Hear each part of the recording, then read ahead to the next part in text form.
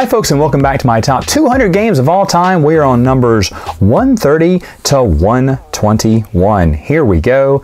The first one has been in my collection for 5 years. Long time, and it's right behind me. I see it right here. It's Deep Sea Adventures. Hey, hey, hey, this little box, this little tiny box carries so much fun in it. There's so many good things in this box.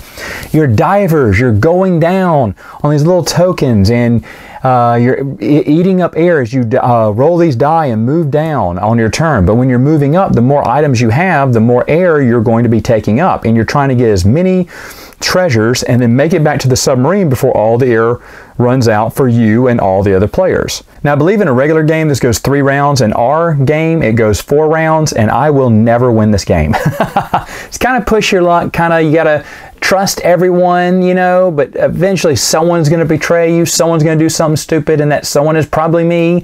And it is such a great game. The price has gone down a lot on this. I used to not think it was like worth like 20, 25 bucks, and now I see it for a little bit more decently priced, but it is just an amazing game. I played this while waiting in line for my Board Game Geek badge, and when he brought it out, I was like, oh, a little pocket game. This won't be fun. And I loved it. I said, I gotta buy this game. It's fantastic. Started off in my collection at number 52, went as high as 39. That's the highest it's ever been. Went down to 71, then last year it went down to 115, just exiting my top 100. It moves down another 15 spots, and that's mainly just because new games are entering the collection. It is like a little filler game, and it's something that I do love, enjoy to play, and it's just awesome. Even though, don't judge it not by its size, my friends. All right, number 129 has been in my collection for 3 years. It is Automania. In this game, you are a car company and you are building cars. And basically, it's worker placement. You're placing workers in different areas. Of course, there's a little bit of economy in there as you're paying for things, trying to build your engine, building your own little car factory. And you are always changing it too. So even though you may have a nice big setup in the American market or European market, because you're making cars for both, would really like your setup right now, those markets change.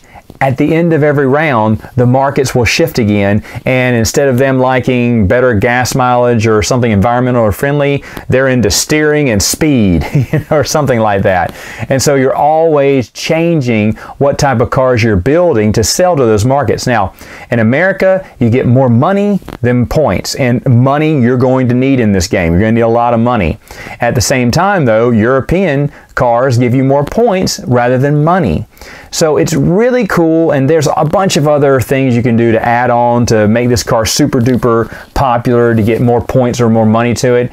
The score track is done by cars of your color, which I think is really good, and everything is awesome about this game. I know a lot of people talk about Kaban. I hear that one talked about a lot. I looked at it and it just looks too much like a headache, and I'd rather play something where I can, you know, kind of unhook my brain a little bit. There's some decisions to be made, but it's a little bit lighter, but a lot more fun. At least it looks like to me. So that's why I have Automania in my collection. And it has kind of always been around this area for me in the past 3 years. It was number 133, then it went up 2 spots last year to 131. Now it inches up 2 more spots to 129. So it slowly moves up. There's a bunch of new games coming in every year, and so the new games kind of push it down, but it just keeps rising up just a little bit higher than before. And it's no surprise to me. I love playing Automania. I don't know if this is still in print. I hope it is, because it is really a fun game and well worth your time to check out. My number 128, I knew immediately at the end of when I made my list and my list was airing, I had already misjudged this game. This is its 2nd year in my collection. It's awesome. It's called Jupiter Rescue by Twilight Creations. Oh my goodness. You'll see another Twilight Creations game in this collection too later on, but Jupiter Rescue is phenomenal. It is a co-op game. You're all playing as robots, and you're trying to herd humans off the ship because these little space freaks are invading the space station. And if a space freak or you end the round with a space freak next to a human, that human gets infected and replaced with a space freak. So it can really get intense after a while. Each robot has their own personal permanent power, special ability in the game, and there are ways to change out that power too, which I think is really cool. And the game is just awesome. It's action point driven, and it can be really, you can make it as hard or as easy as you want because the tiles are double-sided, and you don't have to turn over all the tiles, although that would be a very intense and hard to play game. But you can turn over some. You can gauge the range of difficulty on what you think you need, because if you're winning, it's pretty easy. You're going to want to flip over a few tiles. If that was still easy, flip over a few more. If that was too hard, flip back over one. You know, I really like that about this game, and the more I play it, the more I love it. Case in point here, this debuted on my list at 158. And now it's up a whopping 30 spots to 128. And I don't know, man, it could move up even further. I'll be honest. I played it just as much or probably more this year than I did last year even. I've just been so impressed with this game. I love it. It's also a game that you can kind of play solo in a way. You're controlling several different robots, but I've done that before too because I just can't get enough of it. So Jupiter Rescue, no one would ever talk about this. No one would have this on a top list or maybe even in their collection, but they should. I say that, but then I think it was Jamie from the Secret Cabal podcast. He mentioned this game and he was right. It is an unspoken, unheard of, under the radar treasure that every gamer should at least try. My number 127 has been in my collection for 3 years now. It is Cupcake Empire. I still don't know why this game never took off. I think it's great. You are building cupcakes and then selling them in the neighborhood. The meeples match the cupcake flavor they like. For instance, if they have brown or tan pants, they either like vanilla or chocolate base. If they have a green shirt, they like mint. If they have a red shirt, they like strawberry. If they have a yellow shirt, they like lemon, and so on and so forth. And it's kind of silly, but at the same time, you shake up these meeples, throw them up on the neighborhood, so the neighborhood's always different, and you're trying to sell to those neighborhoods. Of course, you're trying to extend your reach in those neighborhoods through the dice. This is basically dice selection, but it's really cool because you can also build your own dice pool as well. When you choose rows, you roll the dice, and the dice are in rolls 1 through 5. 6s are used for something else. And when you choose an action, you're going to get you're going to get a better action the more die you have on that row. Once you use that action, you take up all those die and you re-roll them and then reallocate them out across the board. It is a lot of fun. The game looks beautiful. The production value is there. And when I got this game, I thought, man, because I got it from Europe, and I was like, ooh, this is really going to take off when it hits the US. Nope, crickets. I don't know. I don't know what's wrong with them, or wrong with me, I guess. I don't know. Anyway, I love Cupcake Empire. I think it's fantastic. It started off on my list at 108. I remember bemoaning that I couldn't get it in my top 100 because I thought it was so good, but that was Call to the New. It dropped down to 149 last year, but it's back up 21 spots. So, I mean, it's kind of yo-yoing back up and forth the list around here in the top 150, and here it is almost right in the middle, but either way, fun game, really fun game. I introduced this to some new gamers, and they were very impressed. They instantly, when they saw the look of the game, they said, I don't know what this is about, but already I love it. And you do, because it looks so much fun. All right, number 126. Hey, speaking of food and restaurant-themed games, Restaurant Italia is my number 126. You're running an Italian restaurant. You're trying to put together a main course, a first course, a appetizer, dessert, I don't know, it's a 4-course meal. And you're slowly building that over these rounds. And you can build 2 of the same things in that time as well if you play your cards right. Now, there are several other ways to score points besides adding to your menu. You can add to your restaurant, including tables, or just adding wine, a wine selection, and a wine can be paired with certain meals to make them worth even more points. You can get some spices that help you out in ties, which there will be some ties here or there. There's an auction round, a blind auction round at the end of every, phase, which is really cool. And the game is so great. There's a market area with all these little shopping items you can get. You're combining different ingredients to make wonderful, wonderful dishes or simple little dishes, whatever you care to. And every strategy is unique, and there is no one way to win. There's no best strategy, and I love that about games.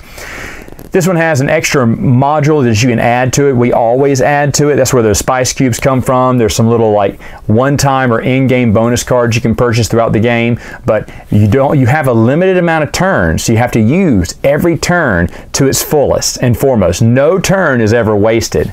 But Restaurant Italia, awesome game. Been in my collection for 5 years now. And for those three first years on my list, it was in my top 100. It was number 42, 36, and then 58. Last year was its first time it fell out. It fell out at 113. Now it moves down 13 spots. That's all because of new games that have entered my collection, I'm sure. But anyway, Restaurant Italia, Magnifico. Is that even Italian? At 125 is another game that involves food. I didn't know I had all these together here, but actually farming. It's At the Gates of Loyang. This is one of 2 Uwe Rosenberg games in my collection. I don't like Uwe Rosenberg, but I do love this game and one other one that's going to be ranked a little bit higher.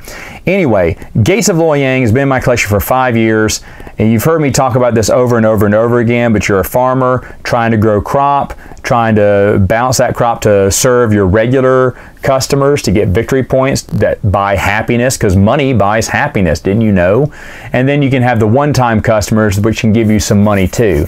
And there's trader stalls and all this type of stuff. It's got a very unique mechanism how you draft your cards at the beginning of the turn, which somehow confuses a lot of gamers at first, but after they played it, they get used to it.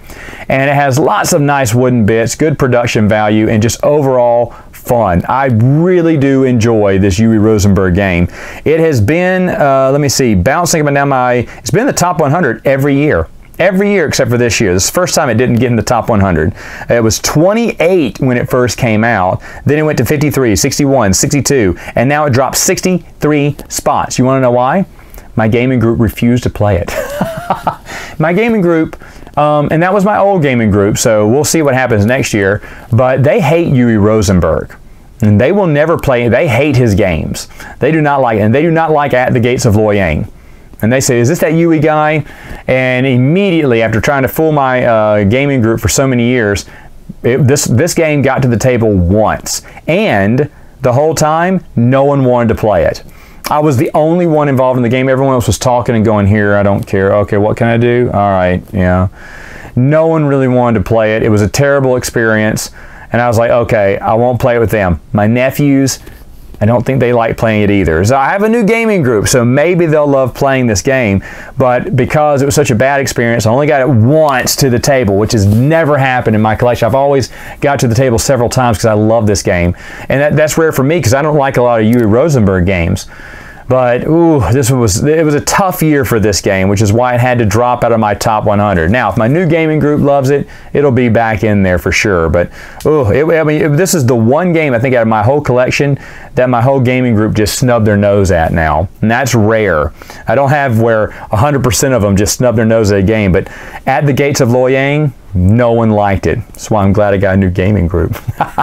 My number 124 is in its sophomore year on my list. It is Alma Mater. You're running your own university. You're getting professors and teachers and trying to attract students and building knowledge for books, selling those books for much needed money, and then gathering other knowledge books to get more students and teachers and admin to make the most prestigious college in all the land. This is from the makers of another game that I really like. You'll see higher on the list. And I love how the book tokens look too. I raved about this game last year. In fact, last year it was 108. So it has its sophomore slump of 16 spots, mainly new games coming in there, but I'll be honest, I haven't played this one as much as I did the year before. The only thing I dislike about it, and this is I guess not really a knock on the game, is I wish it went a few more rounds. You can only get one professor, maybe two, if you play your cards right.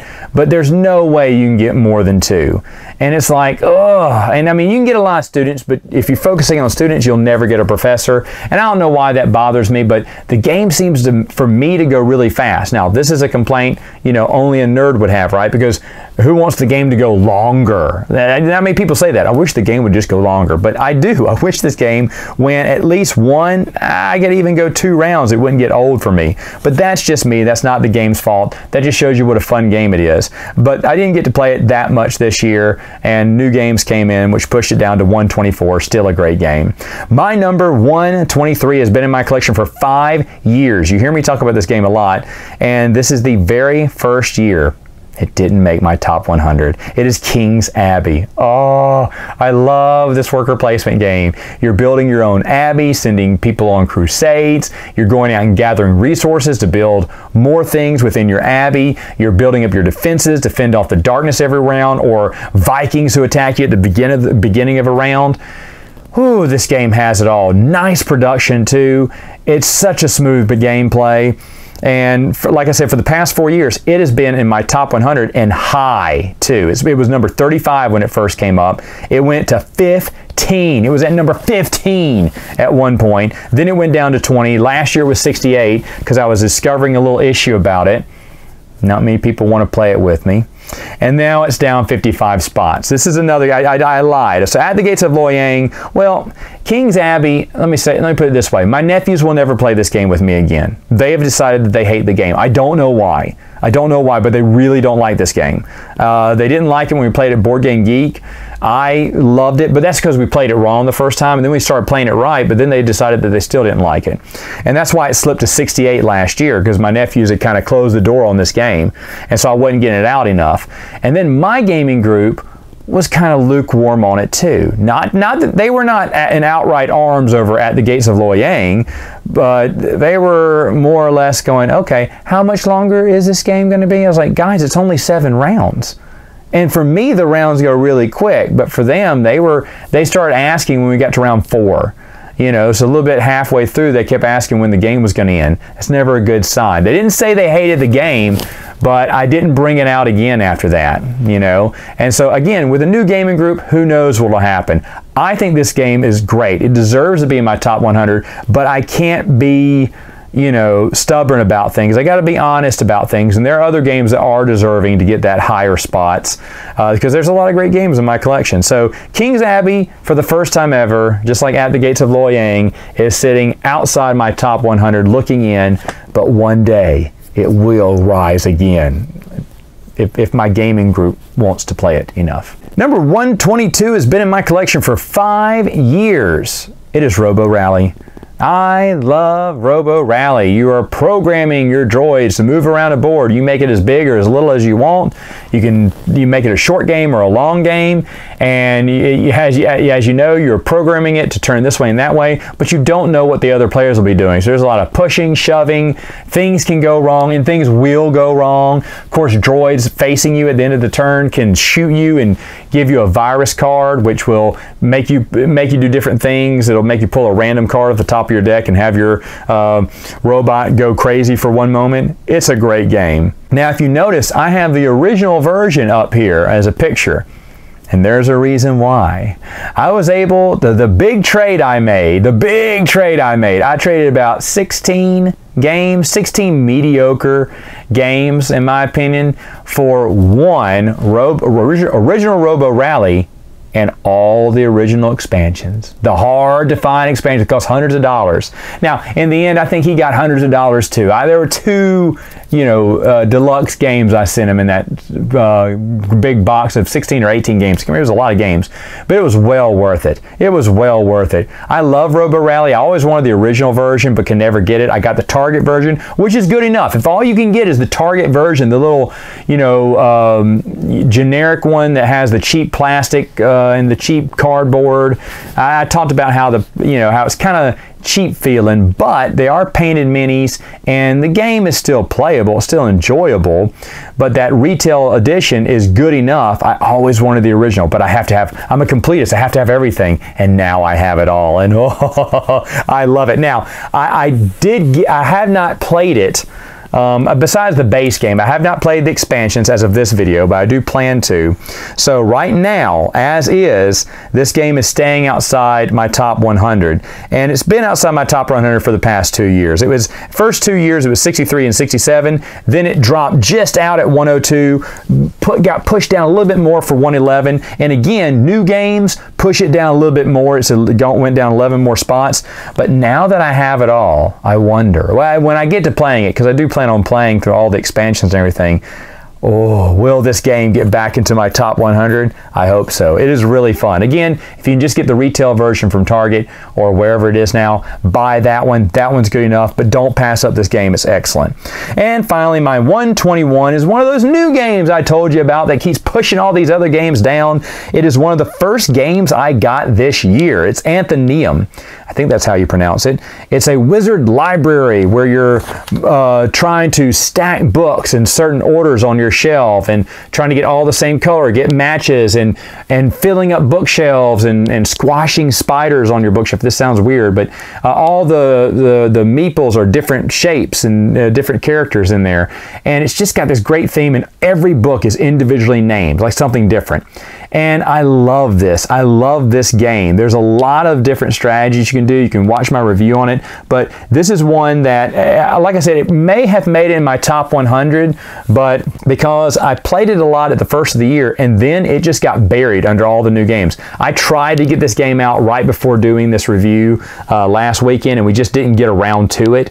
So I do plan on playing it again and seeing if it'll go up, because ooh, I really do love this game. And this is another one that I thought was going to be a big game, and nothing, which I guess should tell me this game was perfect for me, right? If no one else cares about it. All right, folks, that's it for now, but I'll see you next time with another 10 games from my list. See you later.